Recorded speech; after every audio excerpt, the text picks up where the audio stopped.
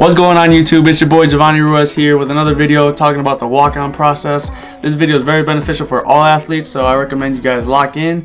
For those of you who have been tuning into my channel and have shown that support, I really appreciate you guys.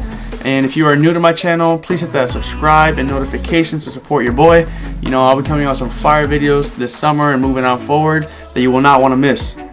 In this video, we're going to be talking about step numero dos. We're going to be talking about 5 tips that'll help you immensely on actually how to stay on the team. You already made the team.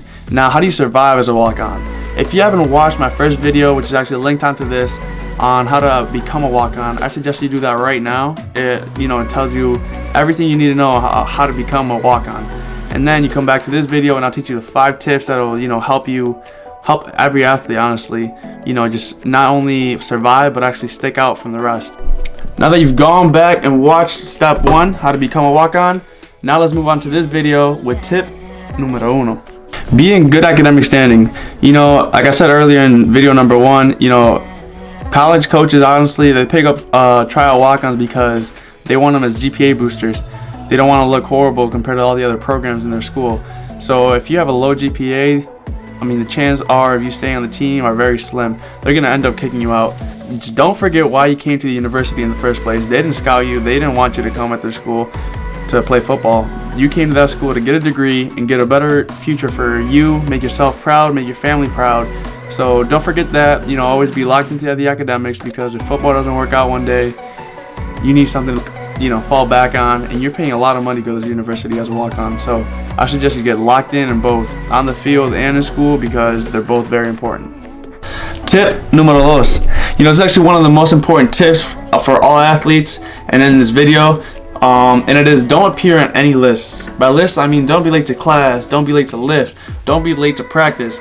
Absolutely don't miss any of these. If you ever want to be taken seriously in that sport and talk to the coach face to face, you want to be known as the guy who is reliable and dependable. Doing these things will not make you reliable and dependable.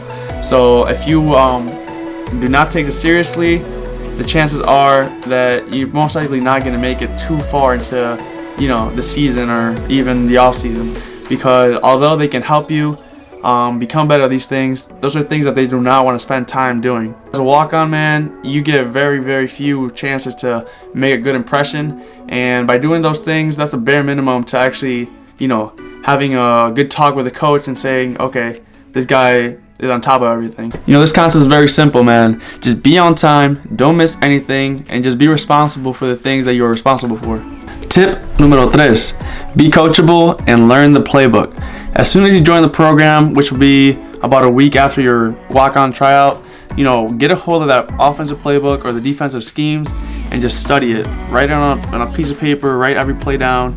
You got to make sure that when you get a rep, you know what you're doing. You look like you know what you're doing, at least.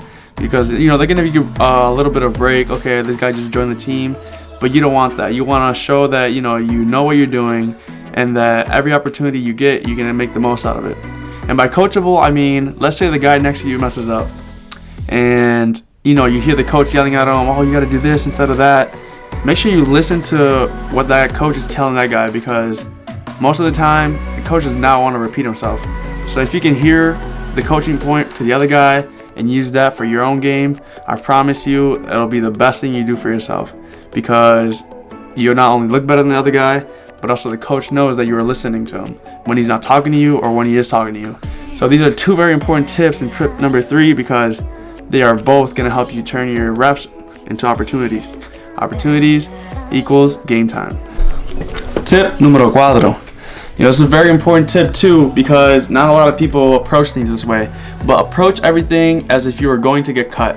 You miss a day, you miss practice, you miss lift, or you don't go to class, you're gonna get cut.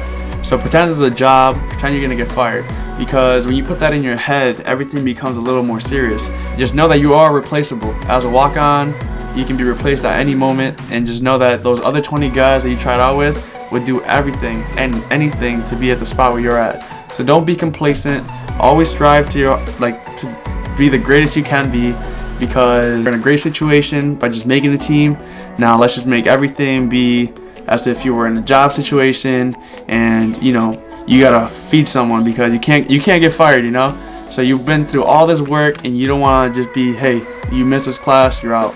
So have that in your head, man. It's more than just making it. It's about what you can do once you make it.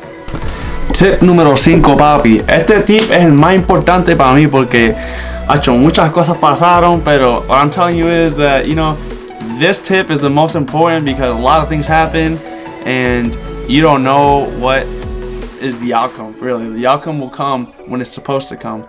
There were some days where, you know, I felt like I was on top of the world. I was killing it on the offense. Just every week I was just stacking them up, and to me I was like, oh damn, I'm really close to that scholarship. But you know, I had to keep that same mindset because sometimes you know, just things don't fall in your place at the right time. You might think you're doing amazing, and you are, but you know, they might not have a scholarship available. They might not have, you know, the time could be off completely. And you just got to keep that grind mentality, that underdog mentality always with you, because, you know, it doesn't matter if you get a scholarship or not, you're going to work as if you are the top dog. Man, the process could be very, very bumpy.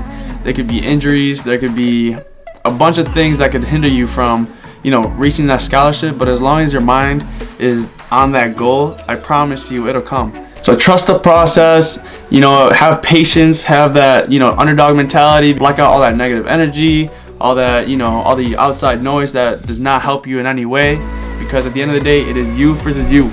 So yeah, man, these are my 5 tips on actually how to survive as a walk-on, and, you know, not only just make it as a walk-on, but also earn you a great reputation from the coaches and the players. In my next video, we'll be talking about how to actually earn that scally, earn that moolah. So, you know, please tune into that. If you found this video very beneficial, please hit that like button and please share it with somebody who might need it, as this is some information that I wish I would have had a good grasp on when I first went through my process at the University of Buffalo. And hey, like always, much love.